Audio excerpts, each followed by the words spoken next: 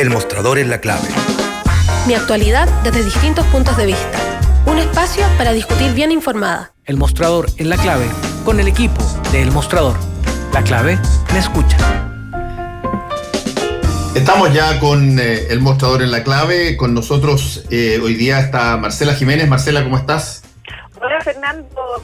Tantos días sin escucharte. Sí.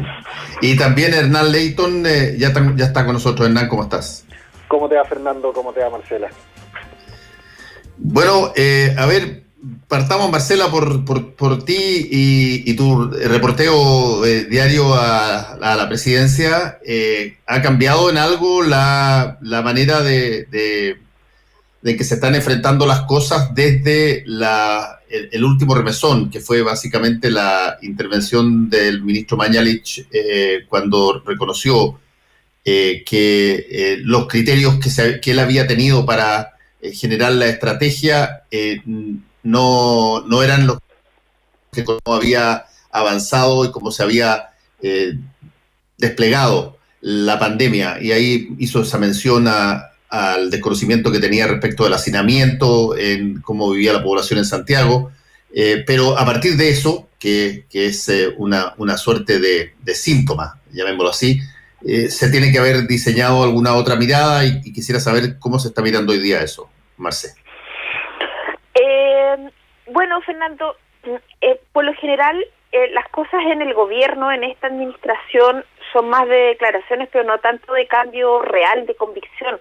O sea, lo que se dice es que los cambios que se ven, o los reconocimientos, o los giros, ejemplo, lo que sucedió en estos días con el tema de las licencias de 10 a 14 días.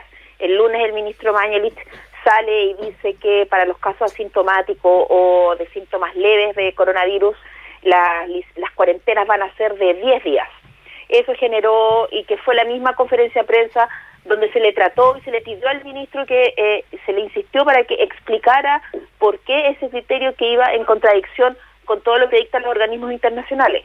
Y fue en esa entrevista, en ese punto de prensa, donde acuñó esa frase de ya respondí la pregunta, y no se salió de esa posición. Y al día siguiente, o sea, ayer, tuvo que recular, retroceder en esa posición y volver al criterio de los 12 días de cuarentena y anunciar que la medida que habían tomado no se iba a aplicar por ahora. ¿Y por qué no se iba a aplicar? Porque efectivamente no solo hubo críticas a su a su soberbia de no explicar los argumentos de la medida y que eran contrarios a lo que dicen los organismos internacionales, sino porque además eso generaba mucho ruido porque perjudica a la gente por el tema de las licencias médicas. Si la cuarentena es de 10 días, hay que recordar que las licencias se pagan a partir del día 11. Entonces se generaba todo un conflicto con las licencias para los casos de coronavirus asintomático o de sintomatología leve. ¿Qué es lo que pasa? Uno puede decir que entendieron, que aprendieron la lección y que están reconociendo errores en forma mucho más rápida.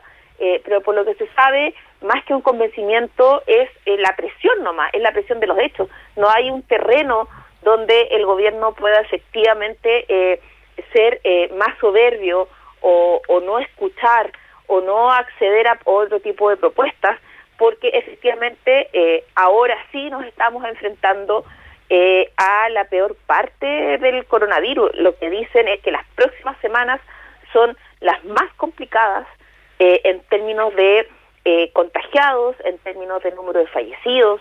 Entonces, con el error estratégico el error de las proyecciones y el castillo naipe que se le derrumbó a Mañalich, efectivamente no hay con los problemas que han habido con la distribución de caja, porque se insiste, la gente necesita todo tipo de ayudas, pero la distribución o la cantidad o la mercadería no ha sido un proceso expedito ni fácil, con los incipientes focos de protesta, con las críticas a las medidas económicas que no han llegado, no se han aplicado, no han sido del todo expeditas como se requiere, como por ejemplo los créditos FOGAPE, las ayudas a las pymes. Efectivamente el gobierno no está en una posición de soberbia, no tiene espacio para una posición de soberbia, sobre todo cuando está hablando de este famoso acuerdo nacional. que según dicen parlamentarios, está por un lado este llamado al acuerdo nacional, pero por el otro en una posición bastante exigente que sería esto es lo que yo propongo y están conmigo o están en contra de todo. O sea, no hay mucho margen de diálogo tampoco. Sí, Hernán, y tú por tu parte, que también sondeas el Ejecutivo. Si es que hay cambios reales, un poco en línea con lo que dice Marcela, esto es ensayo y error tanto en las decisiones más administrativas, técnicas, también como en las comunicacionales. No gustaron nada en Palacio las declaraciones y la forma en cómo el ministro Jaime Mañalich enfrentó o se abrió para algunos esta autocrítica que cegó a varios en el oficialismo que argumentaban que es mejor tener una persona honesta que alguien que siguiera equivocándose hasta el final del camino. Pero no veo yo, y por lo que he podido conversar, un dramático cambio de estrategia más allá de el cambio estadístico de cómo se van a empezar a contabilizar los fallecidos, también los contagiados. Ahí uno puede ver un cambio radical y más de fondo que tiene que ver con otras lógicas. Pero si estamos hablando de cómo enfrentar la pandemia a nivel comunicacional, a nivel administrativo, o cómo se trabaja en conjunto y no solo verticalmente, yo no veo una gran diferencia desde cuando se inició la pandemia ahora en cuanto a las lógicas generales. Sí, obviamente han tenido que ir variando según como señalaba Marcela, según las presiones como se han ido adquiriendo en el momento, ya sea la de los alcaldes que han pasado por encima del gobierno en una que otra ocasión y el gobierno ha tenido que abrirse, la necesidad de llegar a ciertos lugares, por ejemplo con las cajas, que sí los alcaldes era imposible, entonces ahí se vieron obligados a tener que abrirse también ese aspecto. Temas muy de fondo no los veo yo tampoco.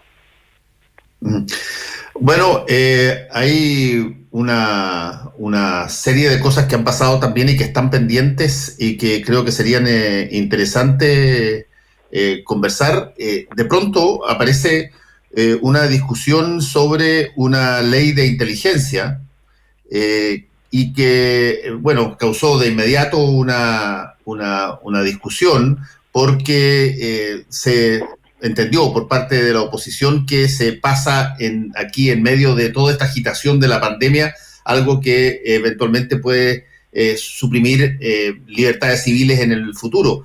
Ahora, yo tengo la impresión que quizás, no tengo idea si es que esto que estoy diciendo es efectivo o no, pero todo lo que está pasando en Estados Unidos yo creo que ha impactado alrededor del mundo en países que están enfrentando situaciones similares como la pandemia, en fin, y situaciones que tienen que ver con violaciones de derechos humanos. Y esto lo ha tratado de hacer el gobierno varias veces, pero viendo lo que está pasando en Estados Unidos hoy día y que la gente sale en medio de pandemia después del asesinato de una persona de raza negra, hay la idea, o por lo menos circula la idea de que hay que tomar decisiones que tengan que ver con eventualmente aumentar las facultades a los organismos de inteligencia, a los organismos policiales y militares en la antesala de que eventualmente se pueda producir un nuevo estallido o cualquier cosa en medio de la pandemia. ¿Cómo se ve eso, Marcela? Sí, mira, de hecho nosotros ayer hicimos un cambio de portada sobre el tema porque hay varios reclamos sobre el proyecto. Está por una parte el hecho que se acusa que el gobierno quiere tratar este tema entre gallos y medianoche, al haberle puesto suma urgencia a un proyecto que en el fondo busca reformar todo lo que es el sistema de inteligencia.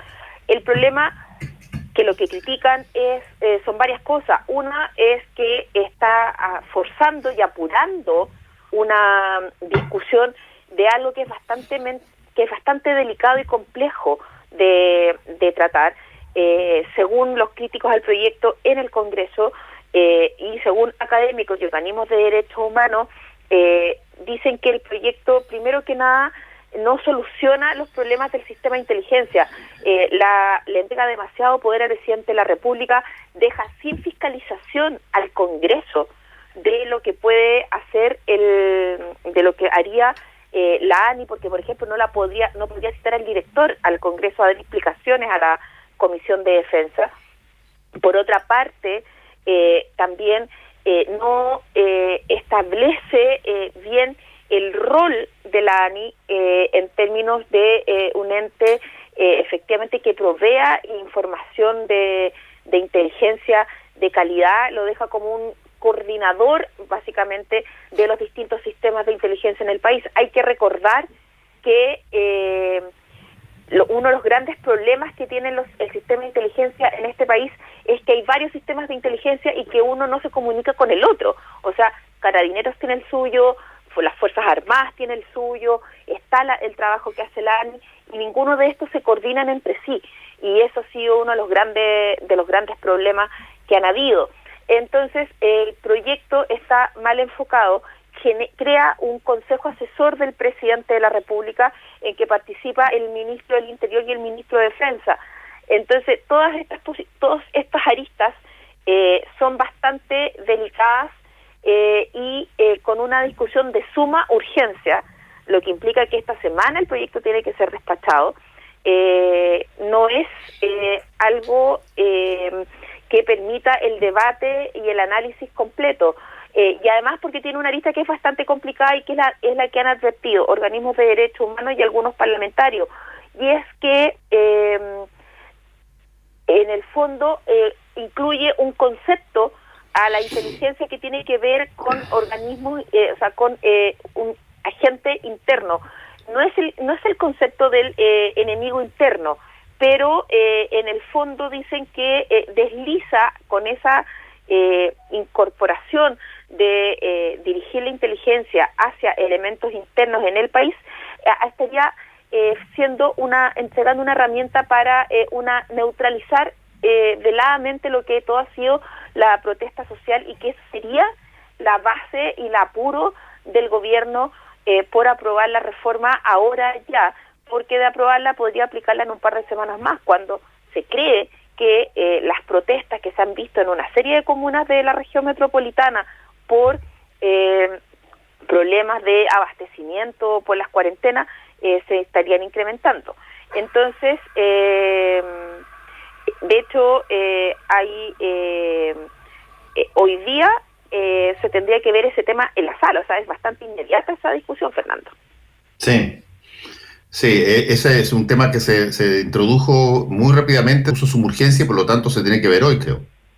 Efectivamente, hoy se tiene que ver el problema, o sea, el proyecto. Y eso es lo que estaban, desde el lunes que están presionando varios diputados precisamente para evitar que eso se hace. Se estaba viendo ayer en la Comisión de Defensa, ayer o hoy en la Comisión de Defensa, e inmediatamente tenía que pasar a la sala, y por eso la preocupación por los efectos que puede tener este proyecto.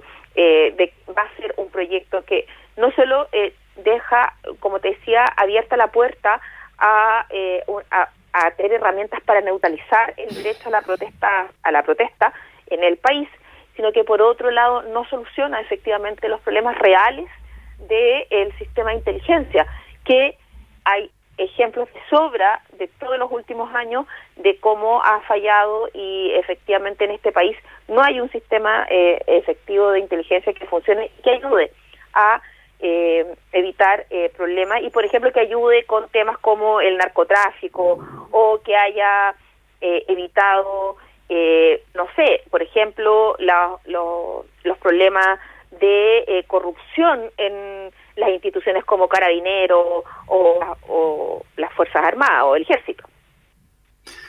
Sí, hay otro tipo de cosas que me parece que meritarían algún tipo de conversación, Marcela, y también a ti, Hernán, y que tiene que ver con algo que se ha retomado, pero esta vez desde el área más bien particular y no desde el área oficial.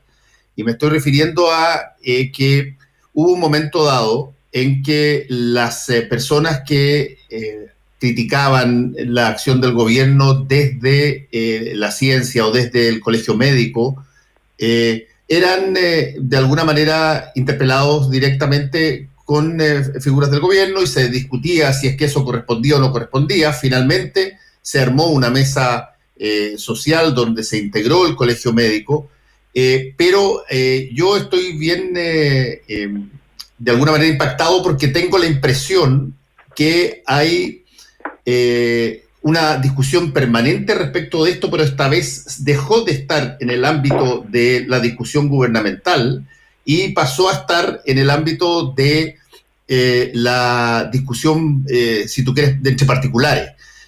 Una de esas cosas lo hace normalmente y lo ha hecho la ex ministra de Educación, Marcela Cubillos, que ha sido muy duro con determinadas personas, ya no está en el gobierno, por lo tanto nadie puede decir que representa a ella.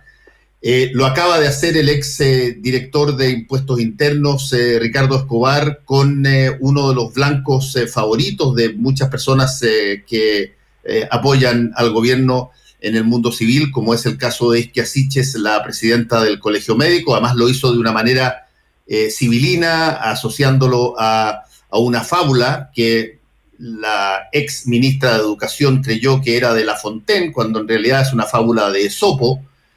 Pero bueno, ministras de Educación que no saben fábulas, eventualmente pueden haber varias, pero el ataque ese ha sido muy continuo. Ha habido una seguidilla que dejó de estar ya en el ámbito de lo público, de lo oficialista, y sí ha derivado hacia personas que, mutaron ideológicamente hace mucho tiempo. Ricardo Escobar no es nada que nos vaya a sorprender de que esté atacando posiciones más progresistas. De hecho, hace mucho tiempo que lo hace, igual que otras personas que también derivaron en términos ideológicos en otras, ilegítimamente, por las personas que pueden cambiar de opinión.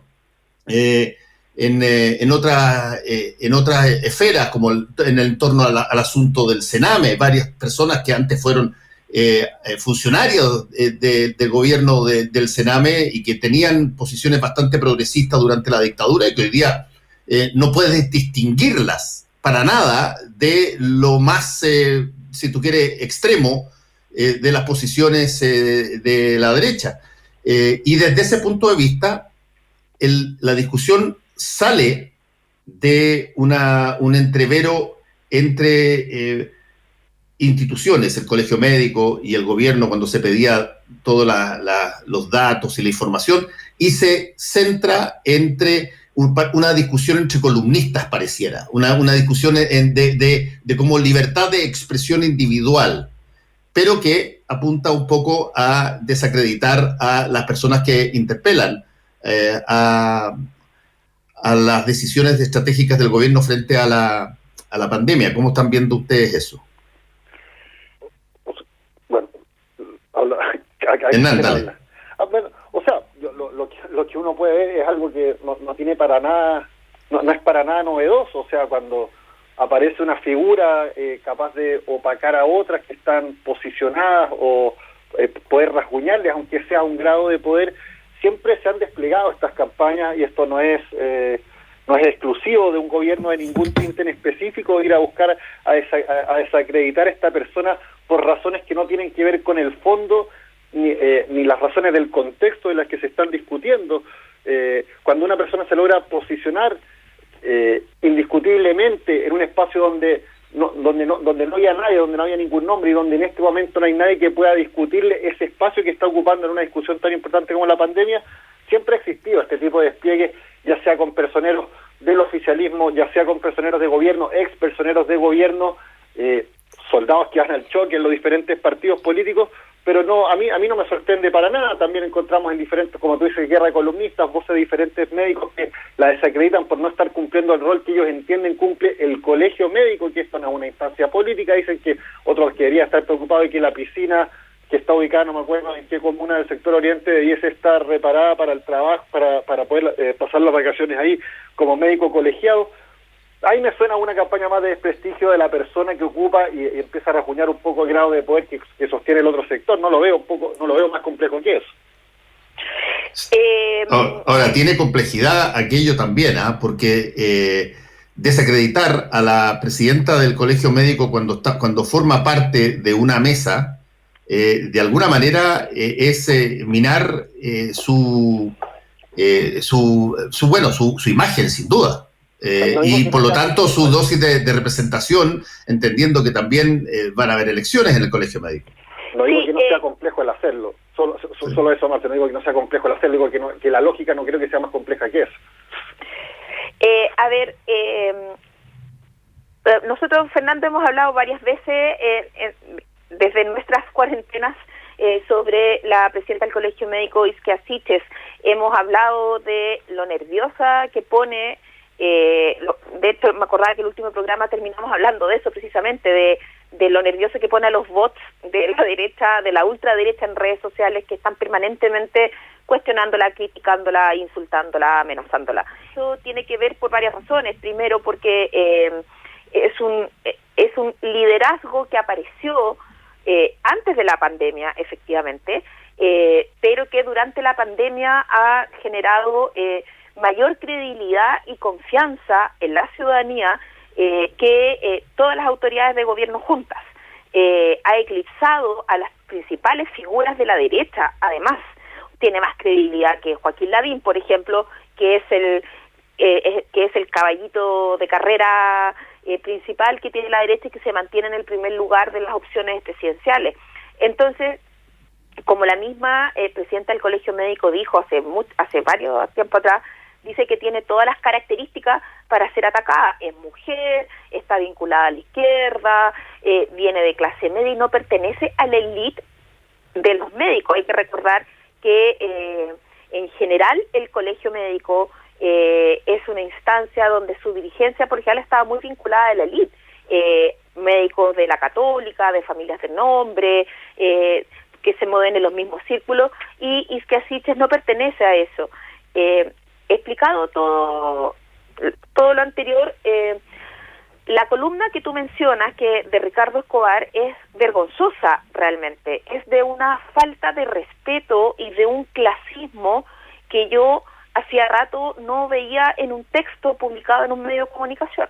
O sea, no voy a entrar no me voy a meter en el criterio del editor de dar cabida a algo así.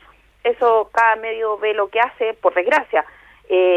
Pero refleja, lo encontré baja, de verdad, tratar escudándose en una fábula, porque no es que solamente hable de la fábula y el que entiende, porque efectivamente hay párrafos donde dice y habla y se refiere a la presidenta del Colegio Médico como una zorra y después como una mona. Lo más penoso de la columna es que no tiene un solo argumento. No hay un solo argumento técnico.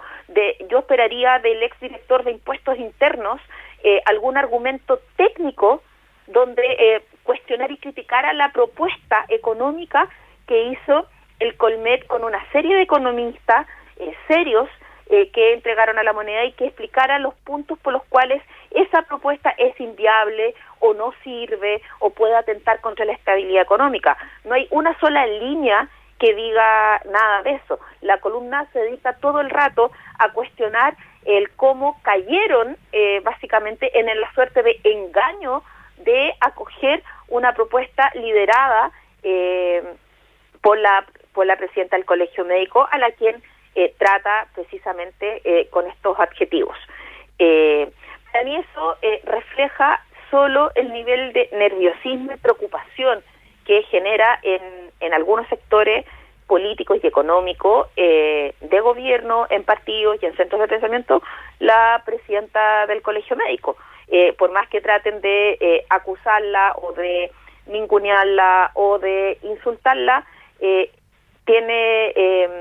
no es que tenga un teflón, pero la forma en que se ha manejado y el trabajo como ha realizado su papel, se ha ganado un respeto ciudadano que preocupa bastante, y este nivel de ataques lo demuestra.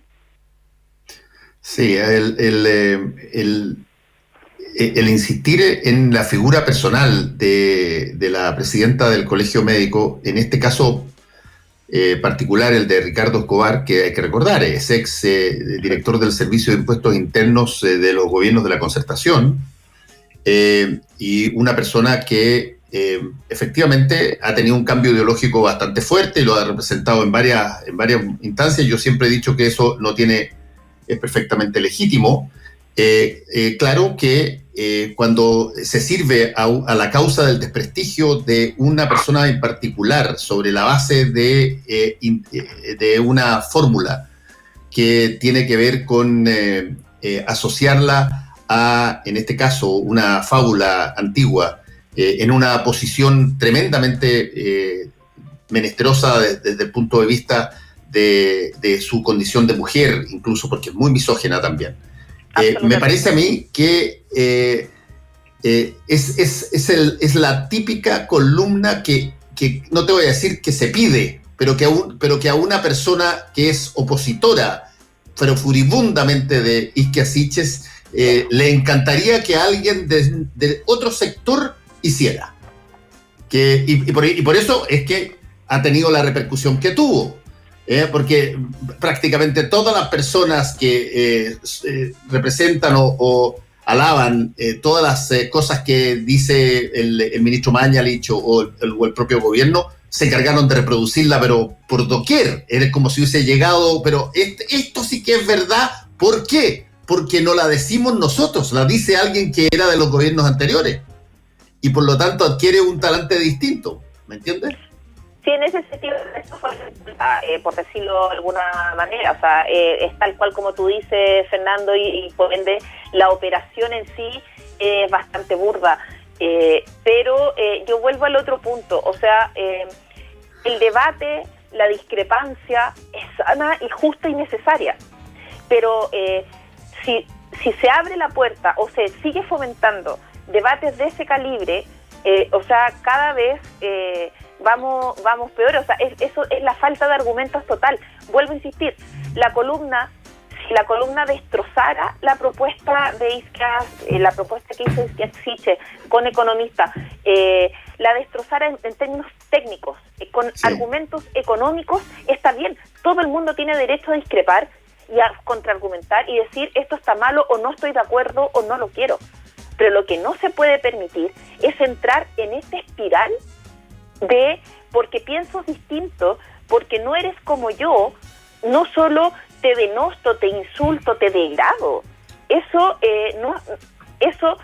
refleja, vuelvo a decir, el nivel del nerviosismo, o sea, el nivel del ataque es equidistante al nivel del nerviosismo que está generando el personaje en cuestión. Y además refleja la podredumbre intelectual de este mundo y de este sector, la nula capacidad de generar argumentos. Entonces, es una puerta delicada de abrir esa. Efectivamente, ayer fue trending topic la columna, sí. Hablaba todo el mundo de ella, salieron un montón de parlamentarios a cuestionar y a fustigar a Ricardo Escobar por esta columna, a emplazarlo abiertamente por lo misógeno, por lo falto de respeto, por lo clasista del contenido de su texto, y también a emplazar al medio de comunicación, darle dado esa plataforma a un contenido de ese calibre. Entonces, vuelvo a insistir en el punto, abrir esa puerta es bien delicado. Los tiempos están demasiado complejos, los tiempos están demasiado revueltos, estamos en un momento demasiado complicado para más encima entrar en este tipo de debate y de polémica malintencionada. Hagamos una pequeña pausa y ya volvemos con el mostrador en la clave. A los medios lo único que les interesa es competir. Se llenan de discursos repetidos. Nadie escucha. En este mundo donde el que se adapta mejor es el que sobrevive. Aquí quisieron arriesgarse y adaptarse a una manera diferente y totalmente opuesta al resto. Es por eso que han decidido entregar los micrófonos a la gente. A nosotros. Porque somos la fuerza y la confianza. La gente transforma todo y transformaremos la manera de comunicarnos. La gente será nuestra voz. La clave me escucha. ¿Qué hacer en caso de aislamiento domiciliario? Mantén la limpieza y ventilación de la casa, come saludablemente y respeta las horas de sueño. Realiza actividades y rutinas diarias. Sal de tu casa solo si es necesario. No adquieras más mercadería de la que necesitas. Realiza tus trámites y pagos por Internet. Infórmate en fuentes oficiales. Hazlo por ti y por todos. Más información llamando al 600-360-7777 o en gov.cl. Cuidémonos entre todos. Ministerio de Salud. Gobierno de Chile. Estamos de vuelta con el mostrador en la clave, con nosotros Marcela Jiménez y Hernán Leighton. Hay otra serie de cosas que quizás podríamos revisar. Es interesante, en todo caso, cómo se mueven de pronto las opiniones, cambian las opiniones, Marce y Hernán, sobre la base de el contacto con la realidad. Por ejemplo, es bien interesante, creo yo, cómo mutó el pensamiento de alcaldes de oficialistas. En particular me voy a referir a Joaquín Lavín y Germán Codina, que no sé en el caso de Codina, porque Codina venía teniendo una posición muy directa de trabajar con las comunas en forma directa, pero sí interesante de que tú tienes una medida como es la entrega de cajas de alimento, que es una idea que emana del gobierno, que se proponen 2,5 millones de cajas, lo dice el presidente de la República, que se van a entregar en un periodo relativamente corto, porque si no, no sirven. Y cuando tú empiezas a ver la distribución y los ritmos que lleva la distribución, adviertes inmediatamente que en los territorios los alcaldes se paran y dicen, perdona, pero a este ritmo no vamos a llegar con la ayuda eficientemente y eficazmente, y por lo tanto hay que buscar una forma alternativa. Y la forma alternativa que la propuso Lavín y Codina hace algunos días, de utilizar el QR que tenemos en el carnet de identidad para poder depositar plata y que la gente decida, es más o menos la misma idea que la oposición y también varias personas del oficialismo plantearon, que era mucho más eficiente dar un monto en plata a las cuentas de las personas, para que ellas pudieran priorizar mejor que nadie cómo podían distribuir esa situación. Pero eso tuvo que pasar por el test de tratar de llevar las cajas, que hasta hoy entiendo que a este ritmo las cajas terminarían de entregarse a finales de agosto, y eso es un tema que francamente se discute, si es que el propósito de la caja de paliar situaciones de alimento hoy día efectivamente sería cumplido. Hernán. A ver, no cabe ninguna duda, por lo menos con lo que uno reportea en el oficialismo, de que más allá de que no lo vayan a reconocer nunca en el Palacio de la Moneda, que esta proposición, esta definición de tratar de paliar el hambre que provoca la pandemia, el encierro, a través de la distribución de cajas, donde ni siquiera se ocupan los sistemas de distribución privados ni públicos, al nivel que se podrían ocupar, no cabe ninguna duda que es una política fracasada. Primero por los tiempos, hay una cosa de sentido común. O sea, primero está esta improvisación del presidente Piñera, que todos la reconocen, que es el anuncio de esta política de cajas cuando todavía no estaba nada escrito, no había ningún tipo de diseño. Luego está lo que se demora en llegar una caja a una persona. Hay que señalar que todavía hay familias donde no le llegan las cajas. Es como, tú hoy día ya no puedes salir más, no vas a tener hambre, o sea, no puedes avanzar el hambre de aquí a 2 o 3 o 4 semanas para cuando te llegue la caja. Se supone que son medidas de shock para por lo menos obligar a que se cumpla el fondo de la medida. ¿Sí? ¿Cuál es la razón de ser de por qué se le quiere entregar alimento a las personas? Ayudarlas es porque para que cumplan una cuarentena es la única forma de poder aplanar la curva de contagios. Y tú estás 3 semanas haciendo a una familia esperar que le llegue una caja de alimentos, es imposible cumplir con el fin. Luego de eso está, el cuestionamiento político que se ha hecho a la entrega de cajas. Esto obviamente no lo dice uno, pero la forma en que se hizo esto el fin de semana, el despliegue a través de los medios, fue muy cuestionado por muchos lados. Esto, ir a sacarse la foto entregando la caja, ir a sacarse la foto con los pulgares arriba afuera de una casa donde necesitan la caja, el meter a 30 personas en un pasillo para aparecer en la foto. Por todos lados esto es un diseño que se ha hecho, lo dicen desde el provincialismo, de una manera casi aberrante. Sí. Marcela. Como dice Hernán, desde que el presidente Piñera hizo ese anuncio un domingo en la noche, un lunes, no me acuerdo, me falla la memoria a ratos, la medida fue una medida que como no la sabía nadie y efectivamente se tuvo que implementar sobre la marcha. Una medida que cuando se sabía y lo conversamos en el programa en ese momento, la cuarentena del Gran Santiago, la cuarentena de comunas vulnerables era un hecho, iba a ser así, en algún minuto se iba a llegar. Entonces hubo tiempo de haberse preparado, de haber preparado la implementación de una medida de este calibre para después anunciarla.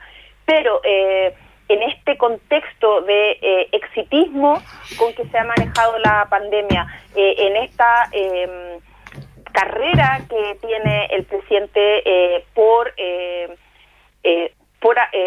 ganar puntos en las encuestas y recuperar su imagen, se han hecho una serie de anuncios que se hace el anuncio pero no está implementada la medida, no hay con qué y sobre la marcha se tiene que trabajar sobre eso.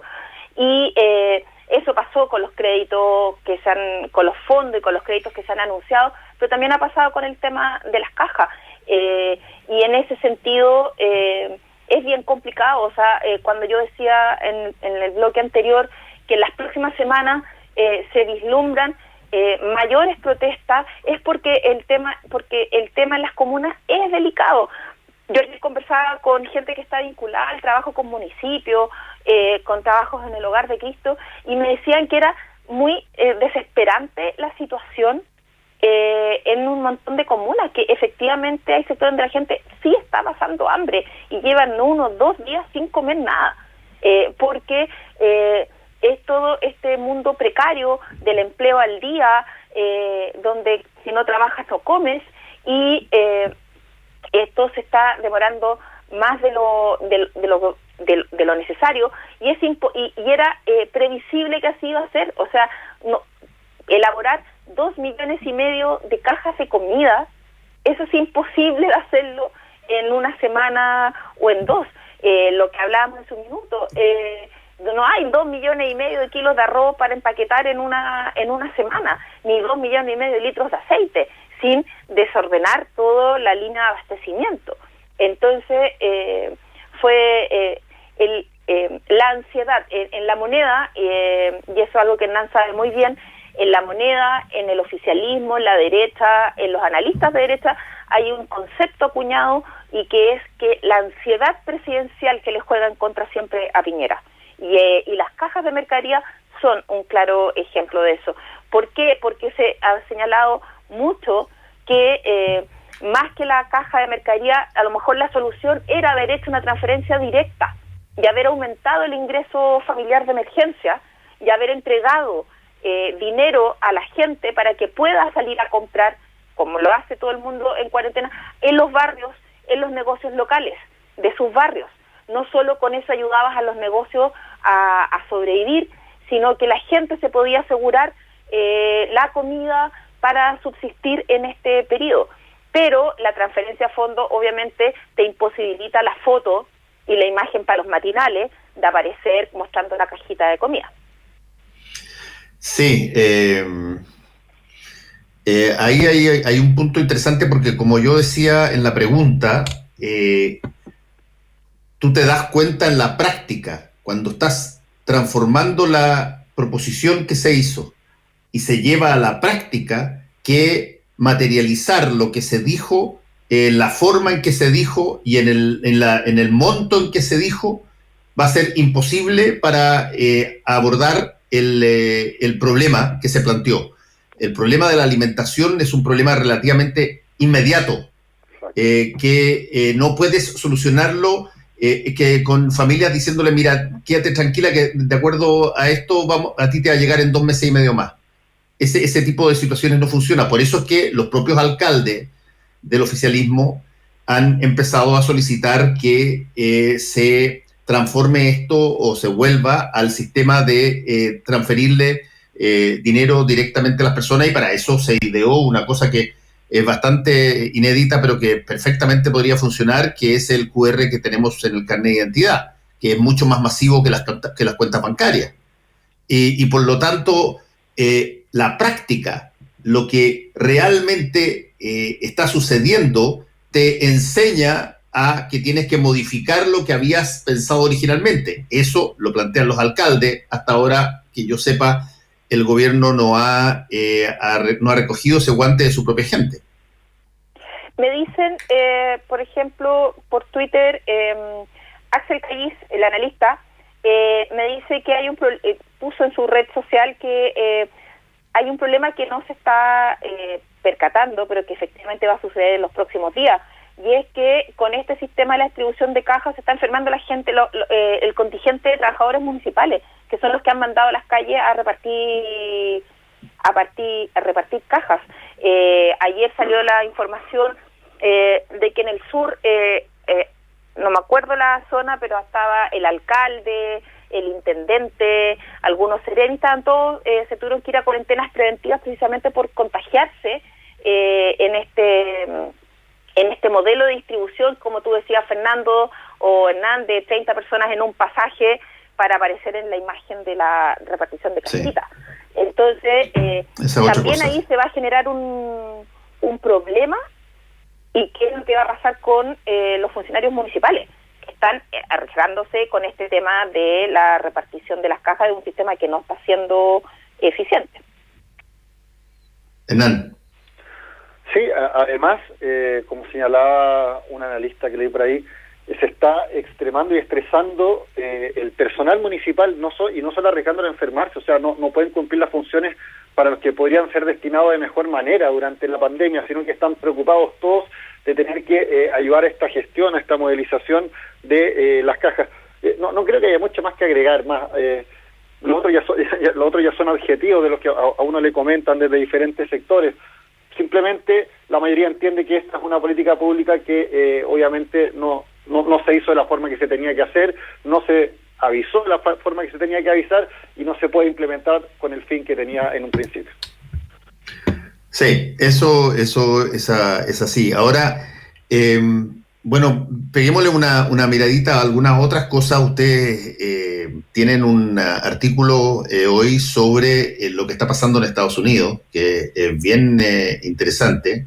No han parado las protestas ahí desde el asesinato de George Floyd. Yo he recomendado, porque mucha gente dice, oye, yo no entiendo cómo se estalla la cosa tan rápido y tan seguida por esta situación. Le he recomendado que vean un documental que está en Netflix que se llama 13th, 13º, que el 13º, la 13ª enmienda de la Constitución estadounidense es la que le entrega la libertad a los esclavos después de la guerra civil, y que tiene una característica especial de que señala enmienda 13ª que todas las personas se considerarán libres salvo que estén cumpliendo una condena. En ese caso pueden ser utilizadas para trabajo como se hizo durante mucho durante los principios del siglo XX. Las personas que estaban encarceladas eran las personas que iban a cosechar, eran las personas que hacían la infraestructura de carreteras, en fin, por cierto, sin paga, y por lo tanto se usó su mano de obra gratis durante mucho tiempo, y era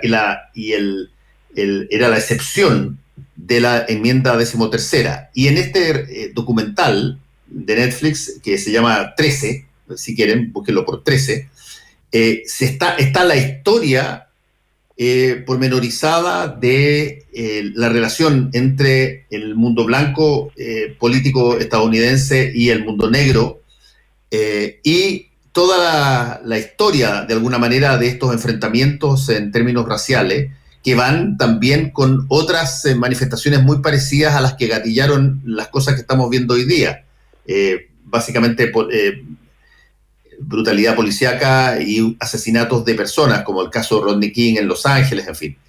Pero lo que se ha visto ahora, además, tiene como una parte muy importante a una autoridad principal que contesta, que es desafiante, que es provocadora, que Trump utiliza su cuenta de Twitter como ningún otro presidente en el mundo.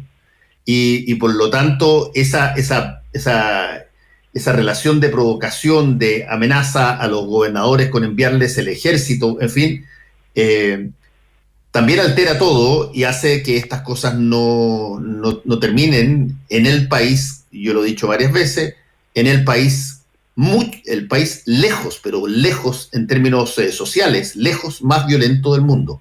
Las cosas que se resuelven a balazos en Estados Unidos no se resuelven así en ningún otro país del mundo.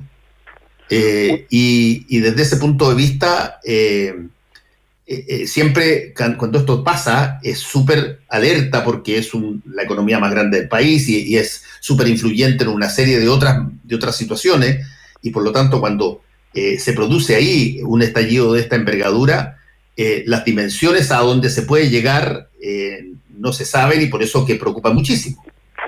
Yo estuve siguiendo la transmisión ese día, el día del discurso incendiario, el día de la foto en la iglesia con la Biblia en la mano, y una de las cosas que a uno le impactan, quizás porque está más acostumbrado acá, ya sea en Chile o en Latinoamérica, es que lo que más sorprendía, ya sea a los gobernadores o a los periodistas que salían, que estaban entrevistando, era que con el fin de lograr esa foto con la Biblia en la mano, un acto que todos han definido de campaña al presidente, él mandó a la policía al choque a una manifestación pacífica, y eso fue lo que más tenía choqueado a la mayoría de la gente que salió en pantalla ese día, sean gobernadores demócratas o republicanos.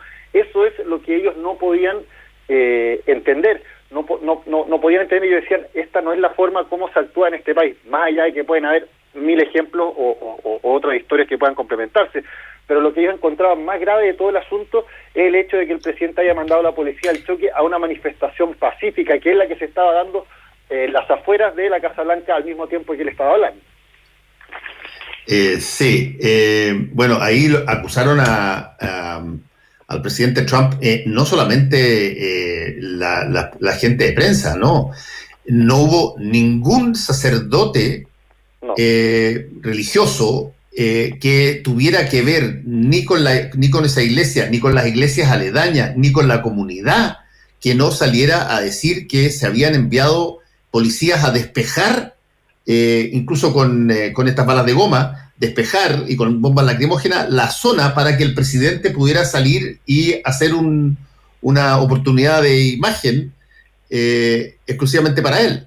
Y eso tenía un correlato. El correlato era de que lo habían criticado, incluso en el Partido Republicano, el día anterior, porque cuando hubo las masivas manifestaciones en Washington, D.C., se transmitió y se difundió que el presidente se fue al búnker de la Casa Blanca, y por lo tanto muchos dijeron el presidente no puede estar escondido y tiene que salir. Bueno, salió al día siguiente, y la forma que él organizó para salir fue mandar primero a la policía para que despejara el lugar de los manifestantes que no estaban haciendo nada, era muy pacífica la situación, y llegó el presidente, mostró la Biblia, hizo un par de discursos y se fue.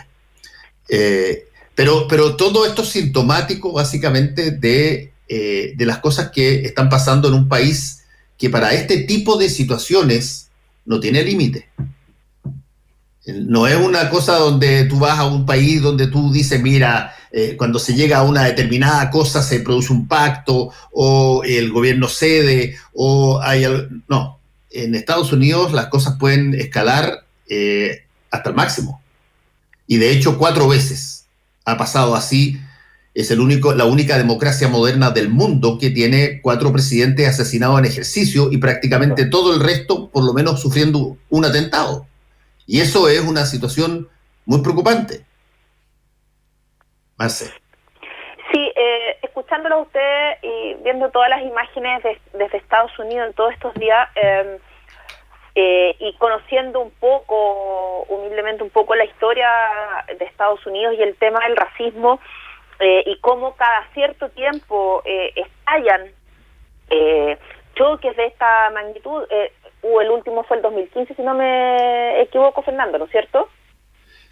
Sí, creo que el 2015 o el 2016, sí. Por ahí hubo también un estallido, y siempre, en las últimas décadas, siempre ha tenido el mismo origen, que tiene que ver con el abuso el abuso y la violencia policial sobre la comunidad afroamericana, que es una tensión que está permanentemente ahí y explota con algún caso que se transforma en simbólico. Pero en ese contexto, y escuchándolo a usted, yo encuentro que lo más preocupante en este escenario y en este nuevo estallido es el rol que cumple Trump. O sea, el cómo desembocan o se canalizan o escalan o se apagan o se controlan este tipo de estallido. Es clave el rol que cumple el jefe de Estado, el presidente, el mandatario de un país.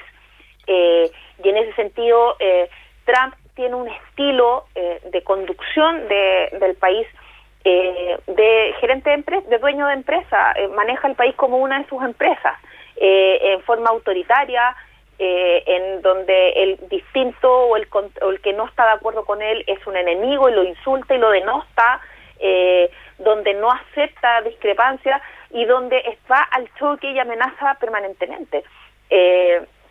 Entonces, él solo ha echado benzina al fuego todos estos días y tiene un riesgo alto de que se le descontrole la situación, porque ayer hubo muchas imágenes de edificios que se estaban resguardando por policía y los propios policías se ponían de rodillas como sumándose a la protesta de la gente y no de acuerdo con las políticas o con el estilo con el que está manejando el presidente esta movilización, este estallido. Entonces, Trump está pisando un terreno bien peligroso en términos de poder perder efectivamente el control de lo que está pasando. Porque además ha sido un efecto dominó todos estos días. O sea, en vez de a controlarse y en vez de aminorar, se van sumando ciudades, se van sumando manifestaciones. Creo que es un momento bien delicado, pero por desgracia, al parecer, él no tiene la capacidad de entenderlo. Y eso creo que es lo más complicado de la ecuación. Sí, yo repito, y siempre que hablo de Estados Unidos y sus estallidos, que son muy frecuentes, o más que sus estallidos, de sus expresiones de violencia pública. Porque cuando una persona se sube a una torre de una universidad y mata a 26 personas con un rifle de larga distancia, o entran dos cabros a un colegio y matan una cantidad de compañeros y profesores, eso que para cualquier país del mundo o para muchos países del mundo es una anomalía, en Estados Unidos es una cosa de relativa frecuencia. Es la forma en que se resuelven problemas o que se desatan las patologías de determinadas personas en una forma violenta en Estados Unidos es una situación tremendamente acuciante y muy permanente, muy presente a través de casi todos sus estados. Entonces, cuando se producen estallidos, uno inmediatamente piensa, a ver, si que hay un país donde esto podría escalar hasta un punto donde eventualmente terminen agarrándose unos contra otros o vayan a otra dimensión de la violencia. Si hay un país donde eso podría suceder en términos democráticos, sin necesidad de amenaza de guerra ni nada de este tipo de cosas, ese es Estados Unidos. Y por eso que preocupa. Ayer veía una imagen por Twitter que subían, no recuerdo la ciudad exacta, una ciudad ubicada en el sur, si no me equivoco, Arkansas, donde tú no necesitas permiso para estar con armas largas en la calle, y tú veías las calles por donde estaban desfilando en favor de la manifestación, y por las veredas veías a 15 personas con rifles de largo alcance amenazantes parados al lado de la policía. Bueno, eso es parte un poco de lo que tú dices de cómo uno no se debería impresionar de una eventual escalada de gran alcance. No, eso es así porque tú tienes la segunda enmienda de la Constitución que permite el que tú puedas comprar y portar armas. El porte de armas está autorizado en algunos estados, en otros no. Pero de armas largas, que no es en todo. Claro, no, de armas largas. Y tú en varios estados tú tienes la posibilidad de comprarte un fusil de guerra y tenerlo en tu casa, que evidentemente no está con la excusa de que con eso vas a ir a hacer, qué sé yo, tiro al blanco o caza, o caza de animales, porque tienen otra disposición, pero hay mucho de eso y en algunos estados, y efectivamente estaba viendo aquí un video que justamente muestra que debe ser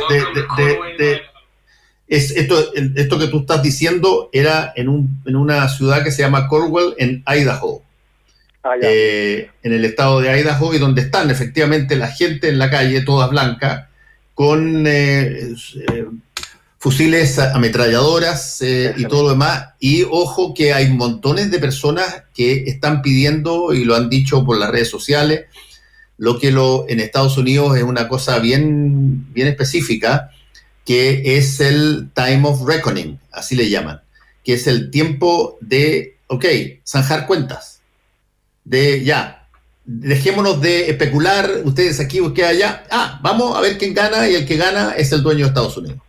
Y eso, el time of reckoning, lo han pintado en todas partes, lo han colocado arriba de las redes sociales, y la gente esta que era entrevistada ayer en Idaho decía eso, ya, oye, cortémosla con esta situación, vamos y resolvamos quién es el puto amo, llamémoslo así. Tal cual. Fernando, y eso, sí. Perdona que te interrumpa, lo que pasa es que quería hacer dos precisiones, perdona que te cambie el tema. Sí, dale. Se me va a olvidar y se nos va a ir el programa. De las cosas que hemos estado conversando, me aclaran dos cosas. Una, que la comuna a la que yo me refería con el tema de las cajas es la comuna de San Pablo, concejales y intendentes contagiados y en cuarentena. Me aclaran por Twitter. Y lo otro es que sobre la ley de inteligencia me explican que ayer efectivamente el tema se trató en la Comisión de Defensa, pero que el debate se alargó, por ende no se votó el proyecto, y significa que van a tener que volver a citar a la comisión y se tiene que renovar la urgencia. Entonces el proyecto quedó en veremos. Ok, gracias Marcela, gracias Hernán, cuídense, chao. Que estén bien. Chao, que estén bien. Actualidad con ojo crítico, la información desde distintos puntos de vista. Fue El Mostrador en La Clave, con el equipo de El Mostrador. La Clave me escucha.